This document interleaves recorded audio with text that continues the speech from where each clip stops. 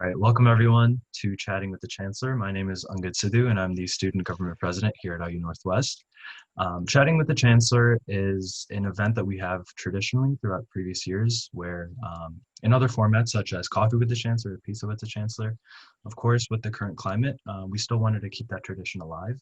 So we decided on a Zoom webinar and called it Chatting with the Chancellor, again, as a way for all the student body to connect with the Chancellor, to talk to him, to get to know him.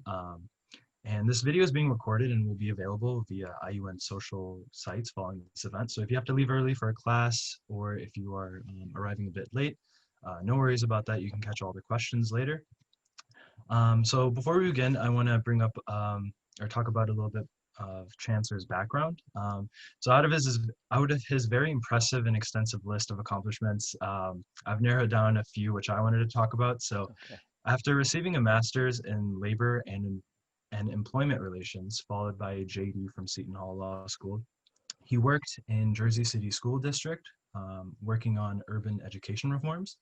Followed by this, he moved on to New York City and worked at the College of Staten Island as director in the Office of Diversity and Compliance, and then moved on to chief of staff. Finally, he became the founding vice president for economic development, continuing studies, and government relations at Staten Island College, where he worked to advance government relations, student and faculty research, as well as diversity in student educational and specialized career services. Now he is currently serving as the 7th Chancellor at IU Northwest. Chancellor Iwama, everyone. So I'll be asking Chancellor a few questions that both I and my fellow peers came up with. And those of you who are viewing via Zoom, if you have a question that you'd like to ask, utilize the chat function at any time, and I'll choose a few questions at the end, and we can ask Chancellor that. So without further ado, starting off with the first question, Chancellor Iwama, what is your favorite part about IU Northwest so far? Well, this is an easy one, and thanks for starting off with a softball for me, Angad, because it's the students, and any chancellor or president who doesn't respond with that answer shouldn't be a chancellor or president, because that's the reason why we do what we do. It's the reason why I was attracted to come to IU Northwest in the first place. I like to share this story. When I first visited campus here, I was walking around one of the buildings and where the biology department was, right? And I ran into your predecessor, Layla, who is the Yep. former head of student government, and I got to actually, talk to her about her research. I think it was in catnip plants Yeah. in her lab, and talking to some of her faculty mentors. And frankly, that was one of the great. That was probably the best thing about my initial visit here, was actually not just seeing people kind of in an interview format, but actually engaging in their kind of academic journey and getting a little window of seeing that. So, and other than the students, everyone's been so welcoming and friendly. I think that is something that that is probably a hallmark of IU Northwest, and I've immensely enjoyed that aspect. And so those are my two favorite things so far about IU Northwest. So out of all the questions, that one had a right answer, and you got that one right. So, Thanks for that. I appreciate it. so moving on to the next question. So I'd say that you came from New York City. So what do you miss most about New York? Well, that's partly true. I worked in New York, right? But Mhm. I'm a Jersey Shore kid. I say that. I grew up in the shore of New Jersey, and commuted into the city, as many people from New Jersey do. So the thing I missed, I think, most about that area, the Northeast area, is it's your family, right? Because Mhm. my family, my kids are older now. They all graduated from college. My parents are elderly. They live in New Jersey. My kids live in New York City. One lives in Queens, and the other one lives in Manhattan. So, and my other son lives in New Jersey as well too. So, it's like any other individual who's close to their family. That's the thing you're gonna miss, and Yeah. miss most often. But on a very on a lesser scale, but still important, I miss the New York City pizza. I have to tell you that, and I haven't gotten into the pizza for Chicago style pizza yet, and I know there's a lot of arguments about what is better, but there's on Staten Island where I used to work, routinely there's this one restaurant called Danino's Pizza, and it was always ranked either one or two top pizzerias in all of New York City, and it was like 10, 15 minutes from my office. So Wow. that I do miss, and if you watch TV and you watch movies, there's a movie with Pete Davidson that came out recently called The King of Staten Island, and Yeah. not for everybody, but if you're interested in many of the scenes take place in Danino's Pizzeria. So he's from Staten Island as well too. And that was one of my questions further along, which we can get into right here. But Okay, it was the New York style versus Chicago style, and I can comment on that.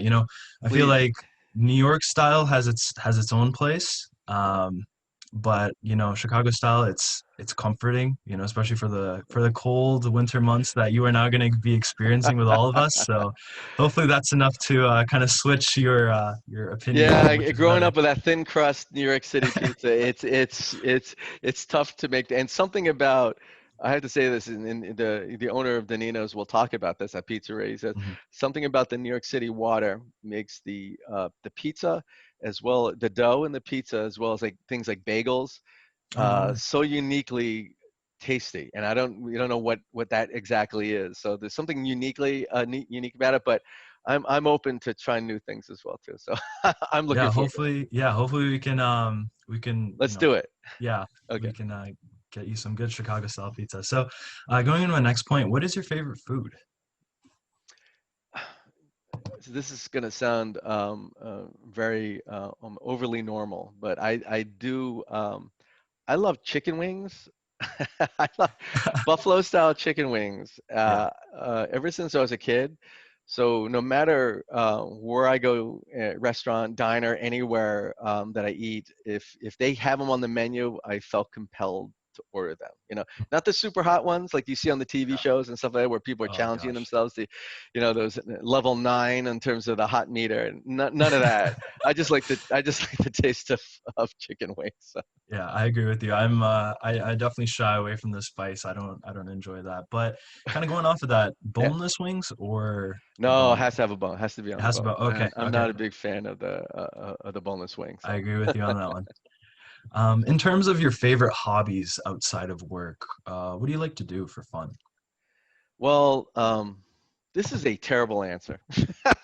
So, I label my answers in ahead of time. So this is a terrible answer, but and those who know me well will laugh when I say this, but I don't have too many hobbies. I like to work. If that's, you think that you need a kind of relief from work, right? And I'll talk a little bit about that. I do have some relief from work, but I don't have any comprehensive hobbies that take a lot of time. And Mhm. one of the things that I like being about chancellor, right, in this leadership position is that there's no shortage of work, and so I always like to be preoccupied thinking about, in the context of here as opposed to Staten Island, thinking about IU Northwest constantly. How can we be better? How can we be stronger? How can we support the students better? So that's going through my 24/7, my thought process, even on the Mhm. weekends, at nights. And there's two ways to look at work and private life, right? That there's a separation from that, and I respect every one of the things we've learned now is that the way we work, it's different, and the way people want to work, it's different, and depends on who you're talking to, right? And our economy and our human resources, everything is changing to accommodate how people want to work in this new type of remote existence, in-person existence, combination of both, right? Just like you're studying. And but for me, and for a long time, when I don't have to separate the two, when if I can go out instead of going to see a show somewhere on the weekend night, but if I can go to community-based event, right, have the same kind of fun, but still make connections to the community that could help the college, Mhm. that to me is even better, right? Because you're working a little bit, you're still having fun, but it's all integrated. And again, that's my philosophy as of today. It could change as I get older, but it's been it for a while. You know, combining those two pieces together. You know, my family has been to a lot of events at the college at Staten Island because, you know, it's a great way to integrate both personal and professional. You know, so but Yeah, that's just me, and that's just the way I feel. But if I had something that I could say that kind of diverts me, you know, when things are getting, you know, maybe overwhelming in my head or whatever. You know, I do like watching documentaries. You know, that art form of movie making, the documentary form is to me really interesting. I think real life is in many ways much more compelling than fiction, right? And these days, I think art, you know, art is following nonfiction because yeah, nonfiction is so, you know, what's happening in this world right now is so, you know, couldn't make it up, right? And some of yeah. the things that are happening. You know, along those lines, I'll give you the last documentary I saw that I really, well, two of them. One is called The World Beneath Your Feet, and I encourage Mhm. everybody to see it. And it may be on Netflix, it may be on Hulu right now, and it's about this unique individual in New York City who decided, I guess, one day to walk every street in New York City, and he's been doing it for Oh, about 10 years. And and it is as any story about a journey, right? It's not about finishing, it's about what happens along the way, and yeah. it's fascinating. It's a historical. It's about people. It's about different boroughs. It's about different communities, and I loved it. So and that's one of my favorite recently. Well, thank you for sharing that. So on to the next question. So you mentioned that you're from Jersey Shore, you know, with the Northeast. Typically, this region is very invested in the sports, whether it's on the collegiate level, whether it's on the professional level. So a question I have is, what is your favorite sport and sports team? This is a little bit off the beaten path in terms of sports, but if you looked at me Mhm. and you met me in person, I'd almost guarantee you're taller than me. Most people would meet me because I'm really not that not big in stature. Okay, so there's certain sports that really I would not gravitate to and did not as a kid, including basketball. Right, I Mhm. didn't have the height for that. So, but for my stature, because I'm a little short and a little stocky, right, wrestling was Oh, my wow. sport. Yeah, wrestling was my sport. So and you know, amateur wrestling, not the stuff where you're dressing up and jumping off the ropes and things like this high school and collegiate wrestling. And the thing I loved about it is that unlike team sports, but it is a team sport, but it is really Mhm. an individual sport. There really is nobody else to help you along that journey Yeah, when you're out there competing, right? It's just you and your opponent. And when you have nobody to blame, right, or nobody to help you in those situations, you tend, as a sport, you tend to learn more about yourself than most other team sports, at least from my experience. So, and it's one of the oldest sports, right, in humankind. I think they've seen cave drawings of wrestlers dating back to 3000 BC. It's first Olympic sport as hmm, well too, back in 708 BC or whatever. And so it's an amazing sport for building character and competing. So along those lines, you know, Rutgers joined the Big Ten a few years ago, and being from New Jersey and having graduated from the master's program at Rutgers, you know, I followed their wrestling team religiously because my son was also a wrestler and he knew a lot of the kids on the team. So, so now I'm going to have to make the shift over to Indiana University in terms of its Big Ten team, which I'm looking forward to. I know about the coach a little bit from prior history, but of course, you know, we don't have a wrestling team at Red Hawks don't have one. So mhm. I'll be actually the biggest supporter to all the other sports that are here. So that'll be my focus: Red Hawk, Red Hawk, Red Hawk. That's awesome. That's really good. Um, so I know you had previously mentioned you were talking about you know, adjusting to becoming chancellor. So can you explain kind of like how does your typical day as chancellor look like? Yeah, so a typical day for Chancellor, I'm going to try to do this without being boring and try to, because it's a lot of meetings, all right? But it's a lot of engagement with faculty, staff, and students, right? It's like this meeting that we're having here today. I have many of these all day long, and members of the community as I'm introducing myself to the community. So unfortunately, a lot of them are happening behind this desk right now, as opposed to me being out in the community. I have a little bit of those when they can guarantee social distancing and the safe interactions, but I think the vast majority of these interactions are happening right in the seat that you're seeing me in this broadcast right now.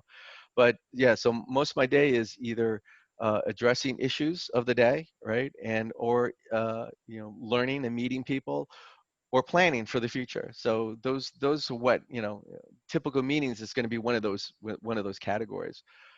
What happens after my day, and this is traditionally how I've worked before I came to IU Northwest as well, so before I became chancellor. Like I said, I like to work, so it's not a burden for me. Uh, when I'm done here, right, I go home and eat, and then I kind of have a second phase of work, right? So that's when I get to emails I couldn't get to during the day. Mhm. And I call it thinking time, because when you're having meetings all day long, you don't really have the room and the breathable space to actually think and to really plan and to strategize. So at night and the weekends are the times for me to catch up on those types of things and to do that as well. And again, not as much right now, but it's starting to pick up and will pick up as well too. Usually my nights and weekends, I say that they're owned by the community, right? So when there's receptions or networking events Mhm. for either it's government officials, community-based organizations, anyone in the community that wants to meet with me or wants to invite me to things, that time is dedicated, I think, to them. So that's my typical day and typical evenings and typical weekends.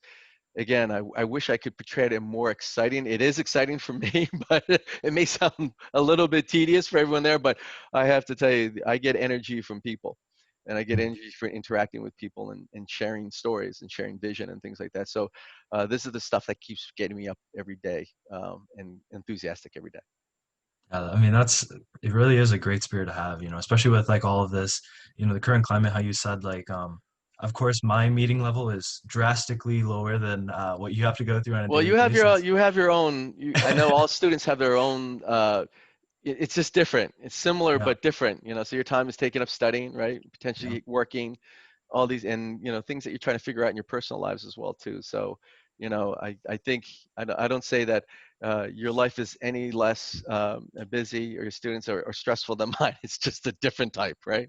Yeah, no, definitely. And like, even like discussing the meetings, like that Zoom burnout that I've talked Oh my to, goodness. professors and other administrators about, it's real.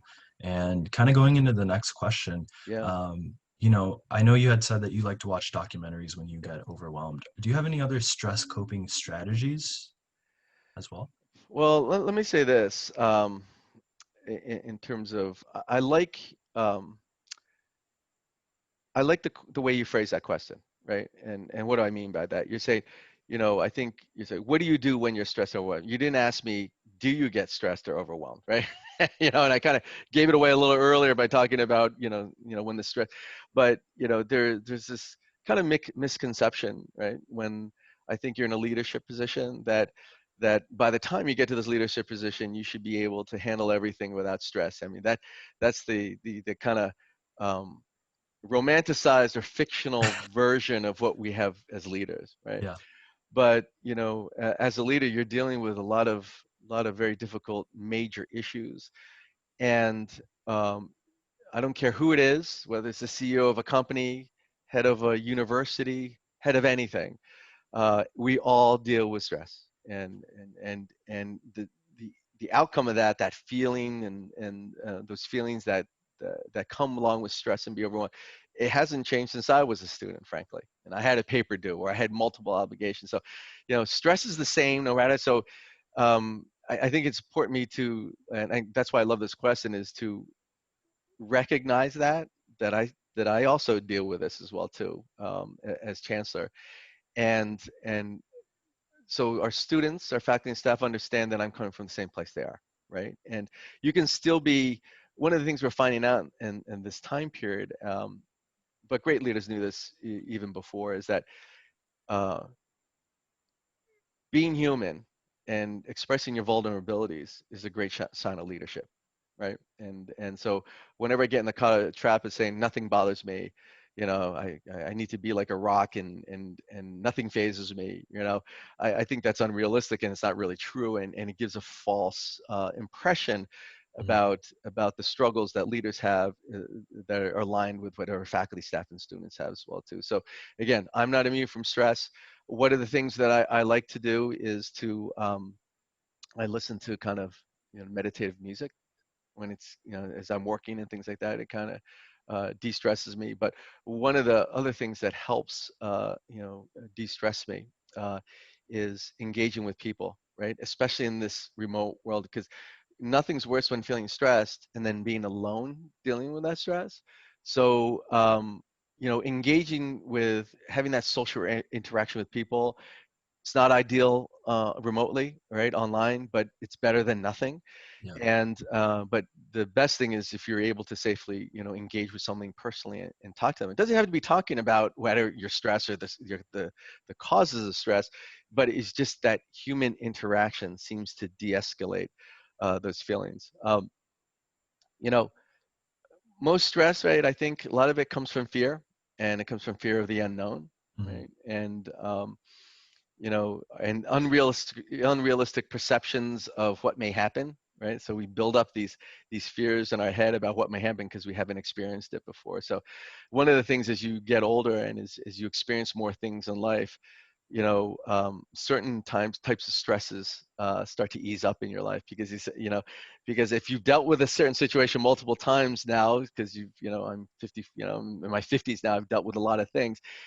The next time it happens, you say, well, we'll get through it because I've been through it, right? That type of thing. So a lot of life experience. So with younger students, right, with young people, I can't imagine going back in time trying to think about how I felt, because you haven't experienced a tremendous lot. You have, but there's so many things in life that you're waiting to experience. So, at the stage of life that you are on God and stuff like that, I was probably even way more stressed than than I am now, having lived at least a significant portion of my life. But if I can give one piece of advice to the students out there, and to anyone else who's will be listening to this broadcast, it's the best way to really combat that type of stress is to just make affirmative steps, right? Small affirmative steps to tackle a big problem.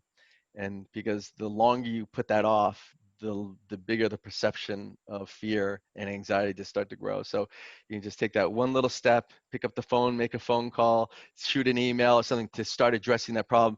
And it's amazing how it flows. And by the time you're halfway there, he says, I can do this, and I can make Yeah. it. So my little Thank you. little bit of advice. Yeah, thank you for the detailed answer, and like even how you had talked about that everybody has that stress in their life, whether they're a CEO of a company or whether they're, class president Absolutely. or whatnot. I definitely agree with that.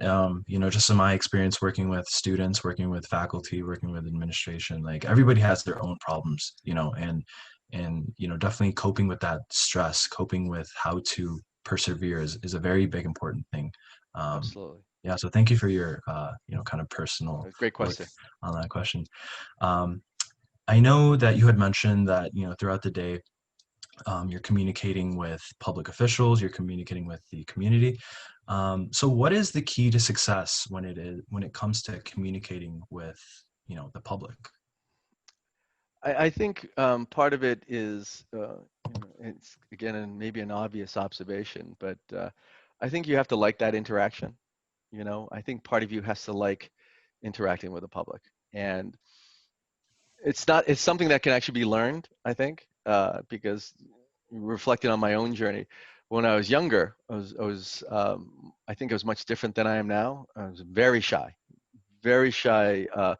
Even probably going into some of my college years, I was a very shy person, and I did not feel comfortable in rooms with a lot of strangers, especially. It was very intimidating for me, and it ends up you becoming even more quiet, right? Less interactive when you're intimidated by those situations, but as I again moved along in my life and I started to find out what interests me in my career, and again, advancing in terms of leadership responsibilities. I learned to actually really start to draw energy from those. You learn little tricks to break the ice with people, and start conversations. These are the things that they call soft skills, which are really not soft skills. They're critical skills, for getting along in the world, and interacting with people. So I've kind of did a 180 shift from really being intimidated and running away from those reactions to now running towards them,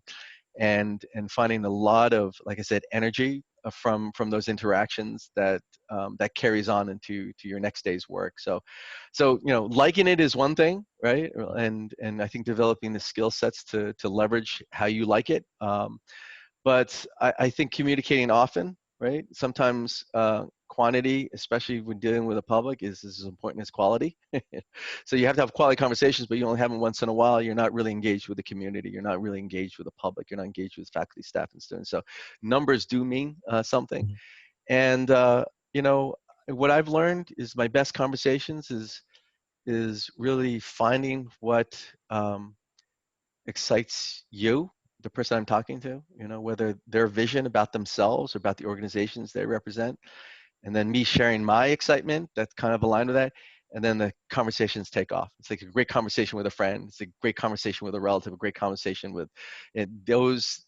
By honing in to what people are really passionate about in a short period of time, it's amazing the connections that you can draw together. So that's, if you can tap into that, I think that's a very good way to learn how to communicate with people. What my favorite question for students, not necessarily what are you studying, but what do you want to do? What do you want to be? What do you want to do?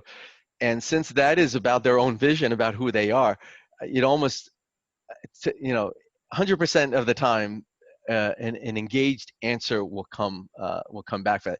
And then, as I hearing what they want to do with their lives, right, students, then I can kind of see in my memory bank and things that I'm excited about as well, to connect them together. And so then you have these great conversations. So that's how we go about trying to effectively communicate with people. Thank you. Um, Kind of going into more about this year, what is your most important goal as chancellor? Health and safety, number one, right? Mm, If you don't have the health and safety of the individuals that you're charged with trying to protect their health and safety, I think you failed at your job. So I know that's primary number one, is to make sure your educational experience, first and foremost, meets the health and safety needs of faculty, staff, and students, right? So that's number one. Uh, the other thing is supporting the navigating the academic year, supporting students, faculty, and having working with staff to support our students and navigating this very complex, very interesting year in terms of change, in terms of adaptation, in terms of flexibility. So that's something that is a primary goal as well too. So things that you would take for a given in the past, which is health and you assume that you're going to come to campus and be nothing will endanger you, right? That's a given. Assuming that you're going to have a great academic experiences are normally a given, but in this time, those aren't necessarily givens. So you have to concentrate on those foundational pieces. Other than that, my important goal this year is to discern our identity, right? And so what does that mean? Um, you can try to discern identity of a place, of an institution, of a mission by reading about it, right? And getting data, and certainly that's enlightening, but nothing replaces the one-on-one conversations, because who you are is very tied to emotional aspects of you, right? It's not just a data point. It's how you feel. So how you feel about a place, how you feel about your hometown, right? How you feel about people that you love and you care for. So same way with IU Northwest, it is the data points. It is the what's been written about it, and it's the reports and things like that. But I think just as important, or more important, it's about how people feel about IU Northwest and their experiences here. And if I were to ask somebody, you know, what does IU Northwest mean to you? Sometimes is a much more probing question and answer than you'll get from any other type of information stream or information source. So this year I'll be talking with students, faculty, and staff, and hopefully finish that maybe in the December or January time period. Again, most of these will be online remote, but to ask those, 3 or 4 questions to discern, who are we? Who are I? From Yeah. your perspective, based on your experience, who are we? And, what are the obstacles if we're not there yet? You think we should be this, but we have so much. So how can we move those obstacles away? And I think after meeting with hundreds of students, faculty, and staff, I think you're going to develop thematic aspects that you'll hear from everyone. And those thematic aspects that you hear from everyone, that's really the foundation for the future. And it's the foundation for strategic planning. It's the foundation for goal setting, and it's a foundation for all aspects of growth, right? So that's what I'll be doing as a major goal this year. And again, this is this is part of it a little bit, this discussion, but we'll have much more targeted, and I'll be working with you, Angad, and the rest of the student government, as well as student affairs, to try to facilitate more of these discussions with various cohorts to find the answer to that question. Yeah. And kind of an offshoot, and this will be my final question before we open it up for Sure. the Q&A from our Zoom viewers. But in terms of, discerning IUN in the region, and what's your vision when it comes to, the Northwest Indiana region itself, and even the greater Chicago area land, like the region, like how can IUN stand out in this very diverse sort of region of America? So one of the reasons that I made the choice, right, to come to IU Northwest was, you can't separate an institution from its place, right? Its legacy of place, right? Its legacy of mission, what it's done, what's this core mission.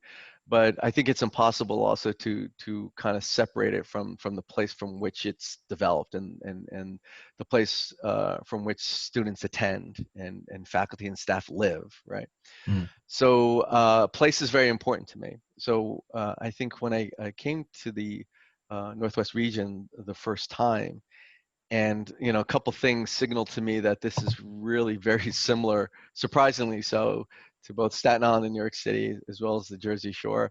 One of the first places after driving through the city of Gary and some of the surrounding towns, I made a beeline to the lake shore because, again, I grew up on the shore. So when I have an intuitive sense for water and for sand. So I was able to source out where the Miller Beach, Ogden Dunes area, and the areas around here that are close to the shore.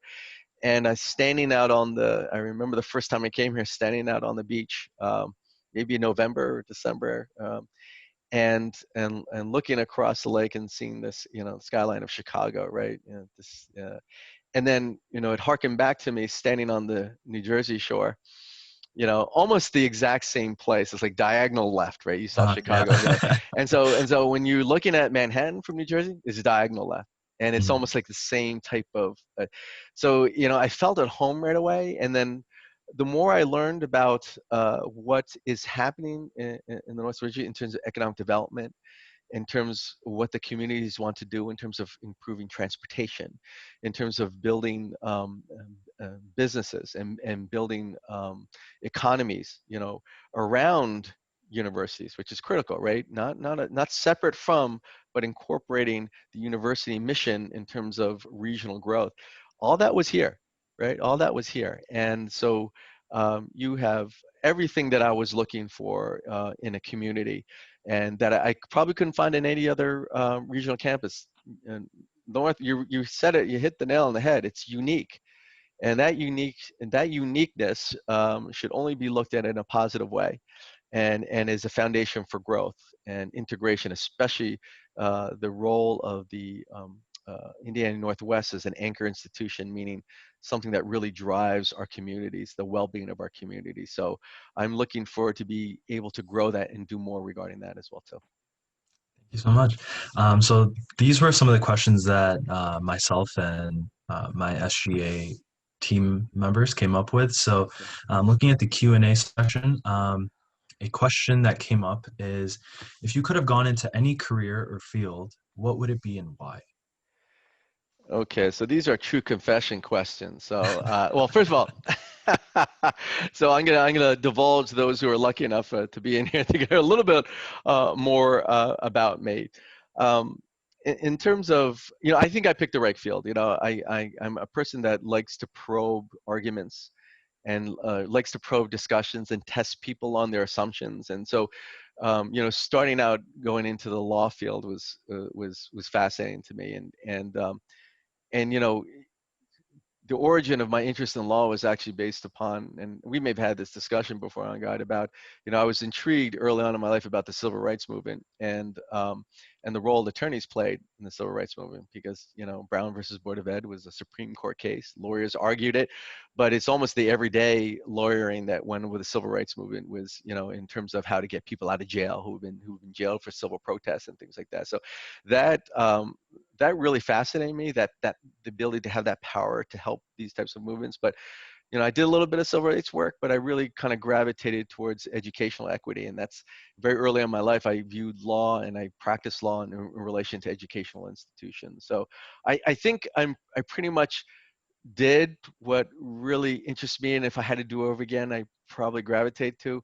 Um, I would love, also if my path went the other way, to be some type of diplomat. I think, in my again, my background is also in negotiations with unions, large unions, and so one of the aspects I do love negotiating. I absolutely love it. I love the psychology of it. I love the win-win nature of it when you do it right. And I love, the civil conflict that goes with it, because you learn a lot about people and what motivates them, including myself. And so, being some type of diplomat and or an ambassador would be also a similar related wonderful job to have. But I'm immensely satisfied where I where I am. Let's put it that way. And because who knows what tomorrow will bring, right? And Yeah. that's the beauty of life. But one other thing tangentially related to when I was younger, probably about your age, Angad, I wanted to be a rock star. Actually, that's growing up in the Jersey Shore, the music that I grew up with was Jersey Shore music, which is Bruce Springsteen, frankly, Hmm. and maybe a little past his prime for the younger students, but he was it for myself and kids of my age growing up. And so, I was a decent guitar player. Hmm. So, at one point in my life, I was actually thinking about leaving college because I was playing guitar all the time, and I wanted to go out to California and start a band. And I had long, dyed red hair at that time. So that's true confessions. And so I looked like, somewhat of my perception of an '80s rock band. The big hair and stuff like that. That's Yeah. that's kind of how I dressed walking around campus at my college. And but luckily, my father talked me out of that, and he says, "You know what? You can do anything. You can do anything you want to. Finish your degree." And Yeah. so I finished my degree, and thank goodness for that, that life choice even early as a young man, because who knows, maybe I wouldn't be sitting here having this great conversation with you if hadn't graduated and hadn't graduated on time. Yeah. Well, thank you. I actually didn't know about the Rockstar vision. That's really cool. Yeah. That was also once on the table. Our Well, final it was on question. my table. I don't know if it was Yeah. anybody else's table who wanted to listen to me, but but thanks for that. So the final question of the session we have from the Q&A. What is one place in the entire world that you could visit and why? So this is going to sound a little strange as well too, especially the name of the place, right? I would love to go to the Death Valley National Park. Death Valley National Park, and I think it's part of California, part of Nevada. Yeah. And the reason why I always wanted to go there is because I think it's listed as one of the nations, like I think they call it the dark places, which has very low emission of light pollution, and so the skies are very dark. And I love to look at stars. Right. That's, when I do take my vacations, whatever, it's usually at a place where you can look up and you have good visibility to meteor showers or just the stars. And seeing some of the pictures, it's one of the darkest places in the country, Death Valley. But to be able to go there and to look at the constellations and this natural phenomenon of a natural light show intrigues me more than anything else. So if I could get out to Death Valley at some point in time and Since there's not a lot of people probably out there, I could probably do it sooner than later. I don't have to wait for the coronavirus to ebb. I would like to do that. Yeah, I actually know some people who are into astrophotography, and I've seen some of their work, and it really is crazy to, just like in the low emission areas that the stars are Yeah. really that visible, and it truly is I don't know if amazing to look anybody at. looks at the stars anymore on God, but if you have ever seen a clear night at a location where it's extremely dark, it's and especially if you're doing a time of a meteor shower, it is really it is really quite impressive, and probably more impressive than any IMAX movie or anything Yeah. that you could watch, or any video game you could say. Yeah, no, that's a really interesting perspective. That's especially like I've only, seen meteor showers, I guess, like via pictures or whatnot, but I feel like actually experiencing that in person would just be incredible, just to Yeah. just see like nature's wonders. So But I'll let you know. yeah, I'll let you thank know you, how that definitely. dream goes. So thank you so much, Chancellor, for taking the time out to be a Okay. part of this event. Finally, is there anything that you'd like to say to the students and even some faculty or staff that are in the meeting today or Q&A? The only thing I would like to leave you is find ways to engage with me, please. Okay, that's my biggest, like I said, my biggest goal this year. And as I told you, my schedule is difficult, right? Because so many people do want to meet me in my new position here. But I will always find time in the schedule, whether it's today or a week from now or a month from now, to meet with individuals who want to talk about themselves and the university. So we're going to construct a lot of those meetings, but so I would just ask everyone to, when these meetings are announced, whether virtually or in person, try to make your way to them, because I promise to listen and engage, and the the the comments that we share and exchange together may in fact shape the future of IU Northwest. And so it could be an offhand comment, it could be a deeply felt comment, but you never know where these conversations will go, and you never know what impact they will have. And so I just encourage everybody, when you see notices for meetings, maybe not just view it as another meeting where your voice won't be heard, or what you say will have marginal impact. I plan to do just the opposite. Thank you so much, Chancellor, again, for taking the time out to be a part of this event. Thank you, And Angad. thank you Great to job. all. Thank you. Yeah, thank you. And thank you to all of our viewers for attending this event. Again, just as Chancellor Iwama was talking about, the student government here, we are the voice of the students. We represent the students, and especially in this time, there's a lot of question marks surrounding. This is not a traditional year. We've had to do a lot of unorthodox ways to reach out to students, including, finding different events. And finally, I just want to let all of you know that if you guys do get surveys via your professors, please fill those out. Look at that as an opportunity to, let your voice be heard. Similar to what Chancellor Iwama was saying, that this year is more about voicing your. I mean, as every year, but especially this year, Mhm. your voice really does matter. And especially from the SGA aspect, whatever your feedback is, that's what we use in determining what we can do for you guys. So again, thank you so much, Chancellor Iwama. Thank you for Thank you, everyone Angad. attending. It was a great Q&A session, I had a lot and of fun. yeah, it definitely was, and I hope to have more in the future with you. Absolutely. All Take right, care, everyone. take Great care, to see you. everyone. Bye.